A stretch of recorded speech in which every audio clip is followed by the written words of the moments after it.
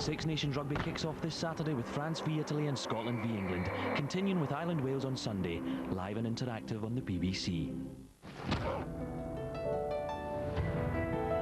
A late night look at the weather now on BBC One. Tonight with Rob McElwee. Hello, most of this weather view will be dedicated to the forthcoming storm, the big one, that's going to affect us all, but particularly Scotland. It's already formed, it's showing from the observations we can get in the Met Office from the boys, a steady wind of over 70 miles an hour and gusting more than that. Now, as it heads our way, it actually fills, it does a deeper low, but that does not change the fact that winds are actually going to get stronger and concentrate through Scotland. Now, it's gone, really, by the time we get to the end of Monday, although with a strong, cold northerly surge through the Northern Isles. But throughout daylight hours, it looks a pretty horrendous affair. And the winds, though strong everywhere, I think, as I said, will be concentrated through that lowland central belt of Scotland. The gusts can be pretty high, and as I say, lasting all day.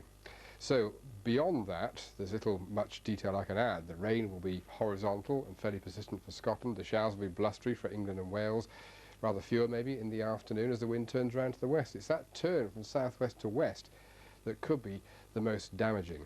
Temperatures are much the same as the ones we had on Sunday. It ought to feel mild. I doubt very much whether it will. Now, a large area of the UK is at risk of pretty high gusts, let's say 80, 90 miles an hour plus, but focusing in on the central belt of Scotland, where you can imagine the wind will be funneled between the high ground, the highlands and the southern uplands. Now, it also means the gusts of maybe 90 miles an hour occur in Northern Ireland, but they're likely to be more frequent, with a also very high average wind, a severe gale, through Glasgow, Edinburgh, Dundee, Tayside generally. So a nasty day ahead. But as I say, it goes through by dusk and then briefly it gets cold. But we stay what is really in mild, unsettled weather for the rest of the week, as we have done for the last 2 weeks. The wind will be nothing like as strong on Tuesday, nor will it be on Wednesday. But it's all the time generated very high temperatures. This is where all the energy is coming from. This mild air has put a lot more energy into the atmosphere. We got Harden's 15 degrees out of that mildness and a bit of Föhn effect over the mountains. That's 59 degrees Fahrenheit. And we're not alone. In eastern Canada, the maritime side of Canada, it's been very warm recently. In fact, Toronto's highest temperature on Saturday was 7, the average is -1. And for much of the US, it's been rather more than it should be. Minneapolis, have you heard of the Minneapolis Moline tractor?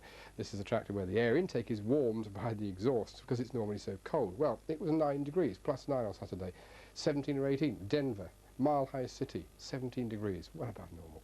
Now, it has been very cold in the central plains of Canada, and that cold air is going to spill down to take away the Fahrenheit readings, of course, of 50s to 70s in the central plains and the eastern seaboard. This is the forecast for the next few days. A cold front across the central plains of the US, dropping temperatures back down towards their more normal level. But for us, the concentration for 24 hours or so is going to be in northern Britain and with the strength of those severe gales. Do take care.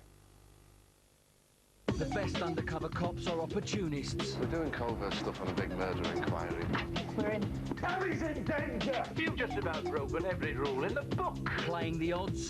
Just stay out of my face, all right? You have to get out of there. We all make mistakes. Tempting fate. We've got a security breach. Getting interesting now, isn't it? Stephen Tompkinson and Nick Berry are in deep. This is a last warning! New Crime Doubles tomorrow and continuing Tuesday at 9 on BBC One.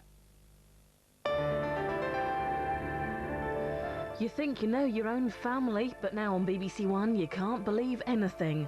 The thriller Deadly Echo.